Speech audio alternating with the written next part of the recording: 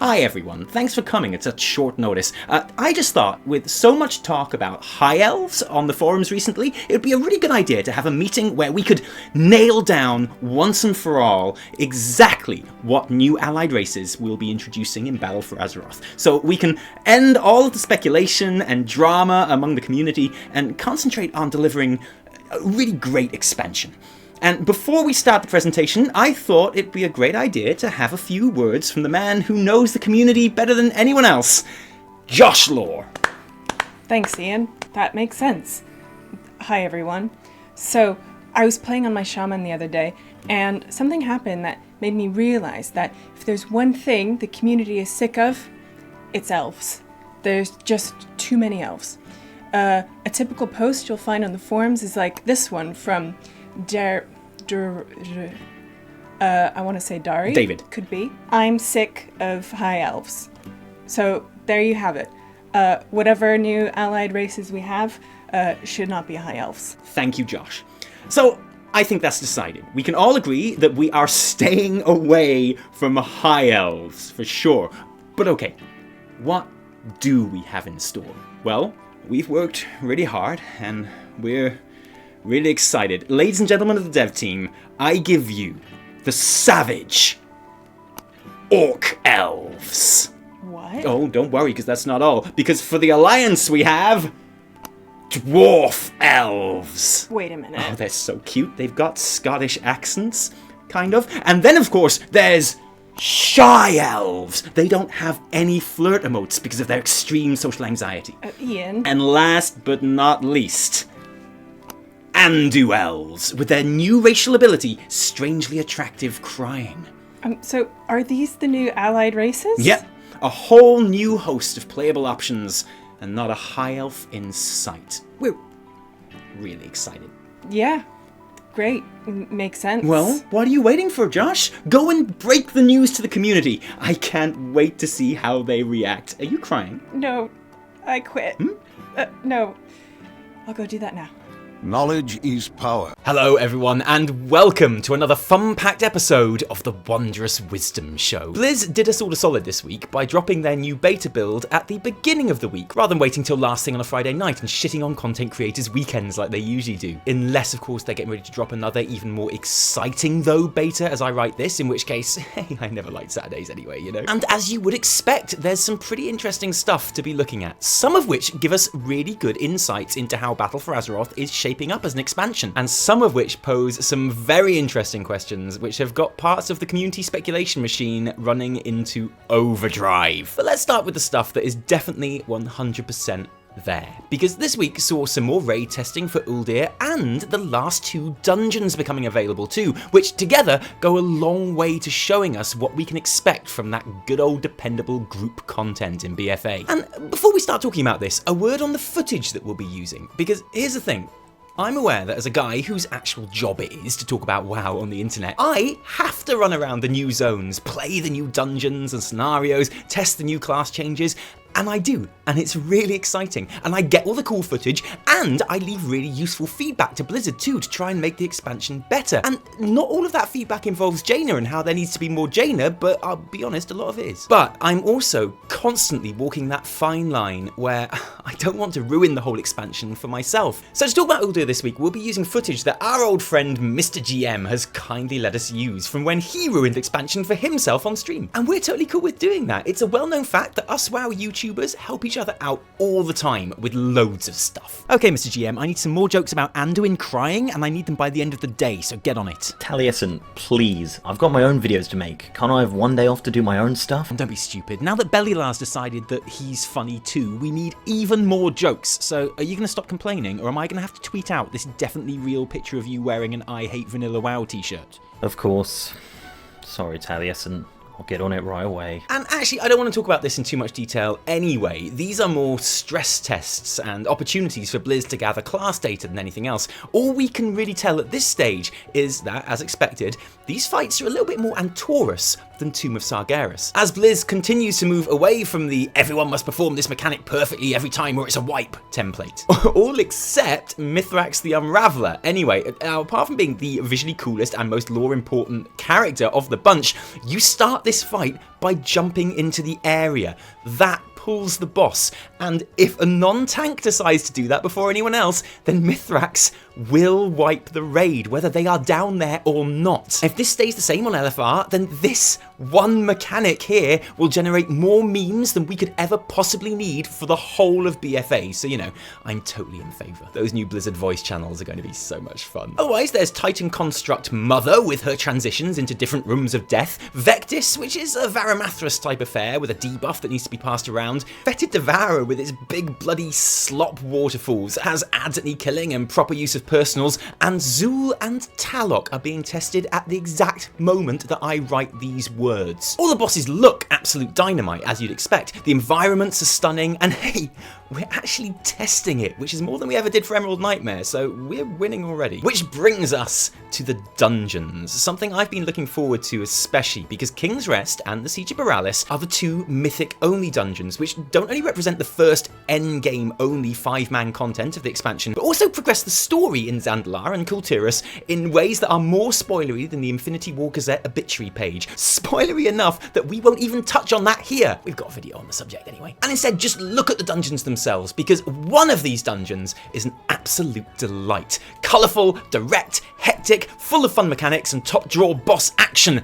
And one of them is Siege of Perales. Now, both of these dungeons are only available at level 120, which means you have to be willing to complete all of the leveling content on offer for your faction if you want to try them out. And here, for the moment at least, is another of my lines. I will be playing through that leveling content no less than 16 times on live, so for now. Extra special thanks to, first of all, Deswind for letting us take a look at his Siege of Boralus video. Links to his YouTube and, more importantly, Twitch channel in the description. Both are full of incredibly comprehensive dungeon content, so check it out. And Boralus has so much going for it. It's about an attack on the actual Alliance capital hub in Kult Tiras. It uses the actual map and assets that you'll be familiar with from the zone, but under siege and military bombardment. It has a different mirrored boss, depending on whether you're playing through it as Horde or Alliance, an idea that, if you follow our videos, you'll know I'm completely behind and want to see more of. It's got a giant kraken that you can shoot with cannons. Everything about it tells me that this dungeon should be an A #1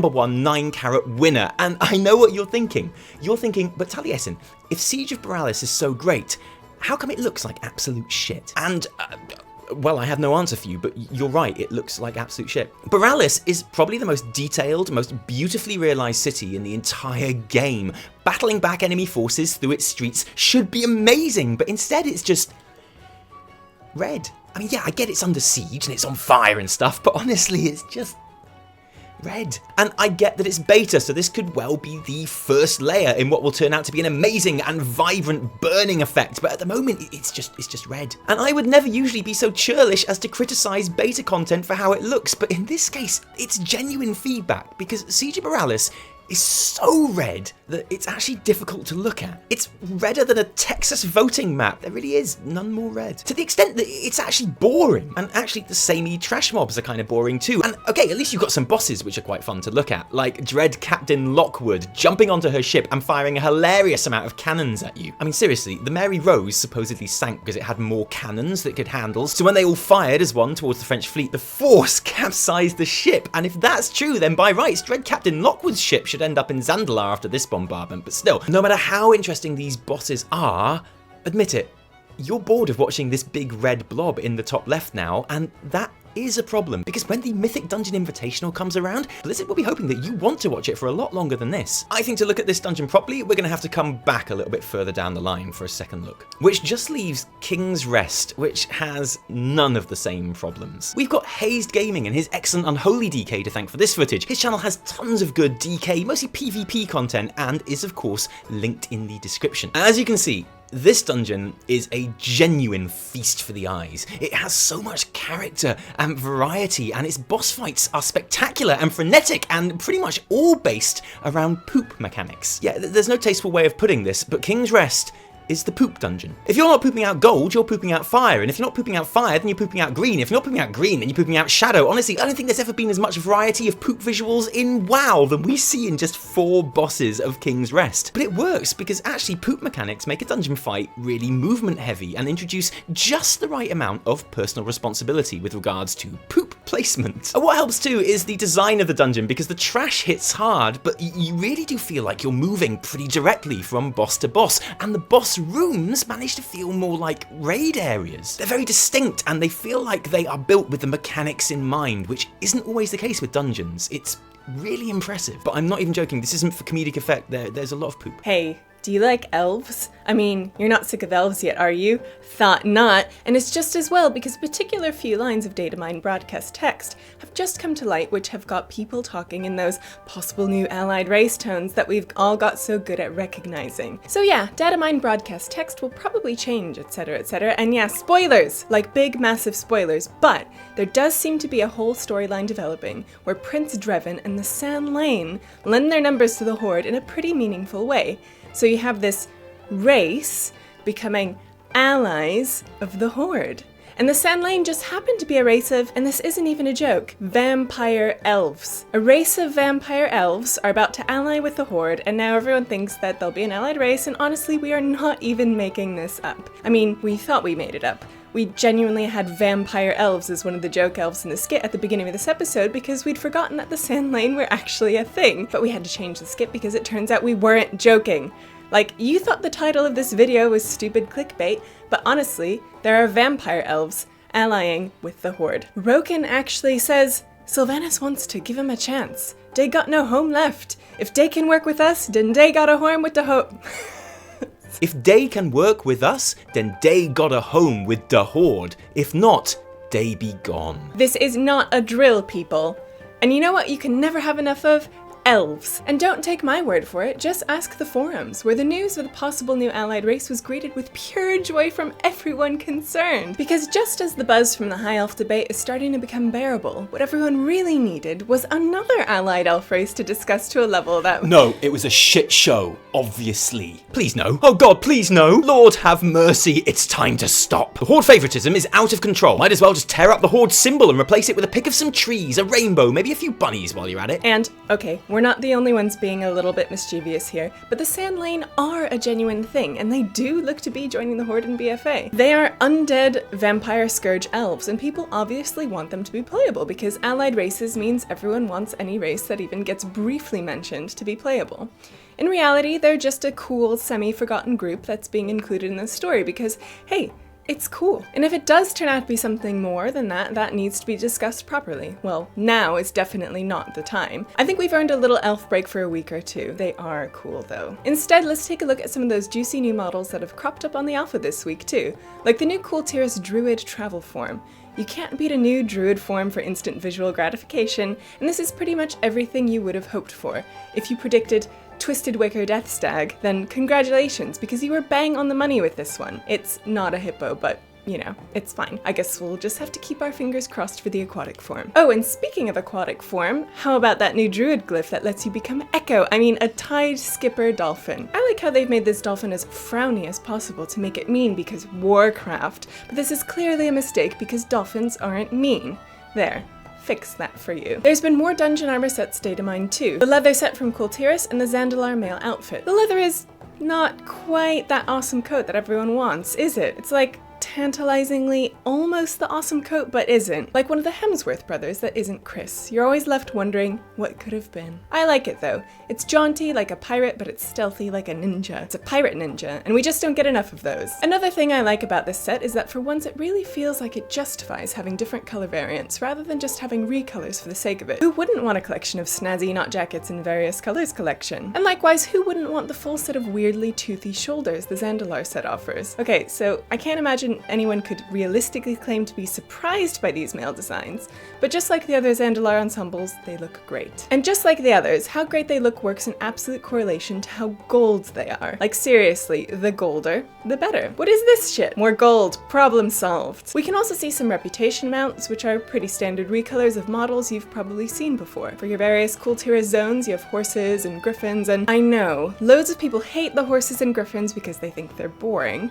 Personally, I'm a fan because this is some satisfyingly high-res fun going on here, especially the griffins. That is some sexy griffin, come on. With the Zandalar reputations, we get that same pterosaur mount that's everywhere in BfA and Throne of Thunder, but also a hyena and a no. What? Stop! No! I mean, at least it's totally unique, I'll give it that, but no! Most interesting of the lot, though, is this one, and be warned because this is where we start to seamlessly transition back into speculation territory this week, too. Because you will recognize this ugly piece of shit from such hits as the Abyss Worm and the Riddler's Mind Worm, and in BfA, it's back, but with a super intriguing name.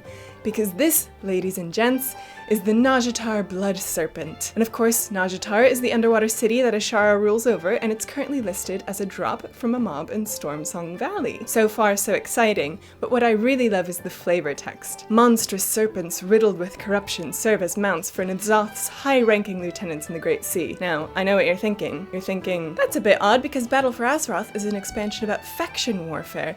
This old god stuff doesn't fit at all. And you're right. This is clearly some kind of mistake or misdirect because don't forget, there is no old gods in Battle for Azeroth. It's all for the Horde, for the Alliance, Azerite, allied races. So I don't know why there's this old god stuff here. It's probably just a mistake. I'm sure they'll rename it properly in a future build. Probably best not to think about it anymore. Oh, and that's not all. Because people think that's all now, because this is like the end bit of the show. Yeah, that's what you think. That's what you think, because it's not, because there's even more news. News is happening all of the time. Like this, boom, boom, boom. It's probably happening right now. Yeah. Right now, it's happening, and we're not. I mean, I can see it coming through the feed. The WoW, because our live link to Wowhead, it comes through like a ticker tape. It's like a long bit of paper that comes up. Our live feed of Ian's room. Yeah, it's like, and it comes out, and it's just like peculiar, going, "I love cats. I love cats. Here's some news. Here's some news." It's awesome. Hey, you know what I want to hear about? Prestige levels. Oh, I didn't expect you to say that. Yeah. Well, actually, I really didn't. It's funny you should mention that because we had some news about prestige from Legion going into BfA. You know those prestige levels?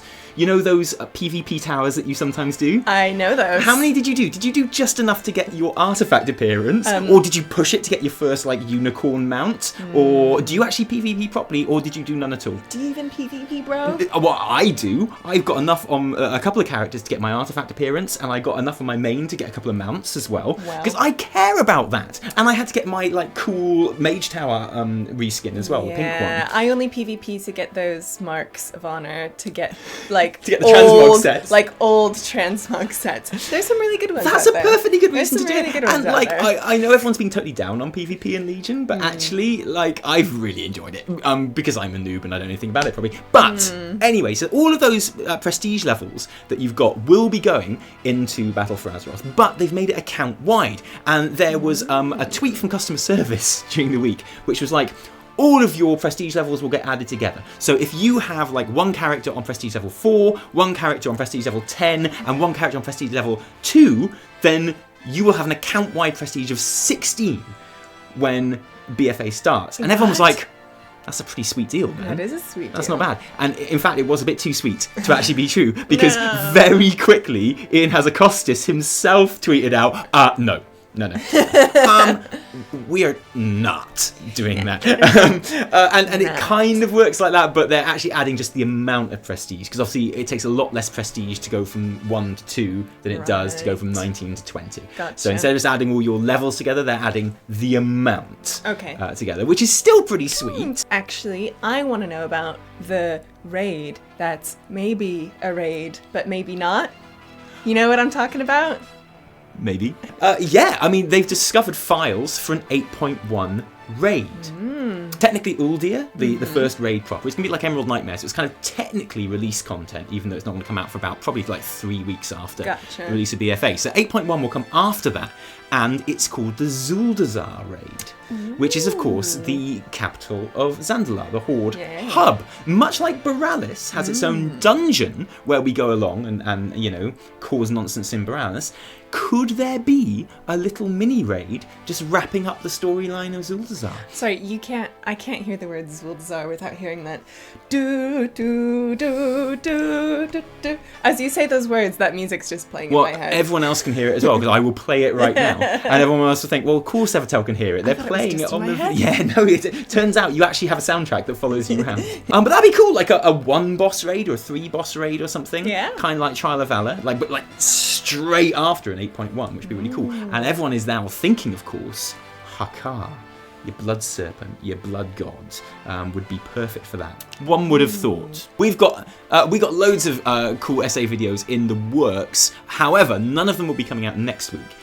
Because we're going to Marrakesh for a couple of days. Like, I keep thinking it's like this massive trip, but we're going for like 3 days. Because you've got a work conference. I'm tagging along because I've never set foot in Africa. You haven't. And now I will. Presuming we get there safely, I will set foot in Africa, the continent of Africa. Yeah. And I will have been to an extra continent. Isn't that cool? And it'll be awesome. And we'll be coming back in time to make the weekly reset for next week, but we won't be able to make any essay videos. However, we'll be able to write them. Hopefully, so we should have some ready to go the week after that. So apologies if you live for those videos. I don't think anyone does. I do.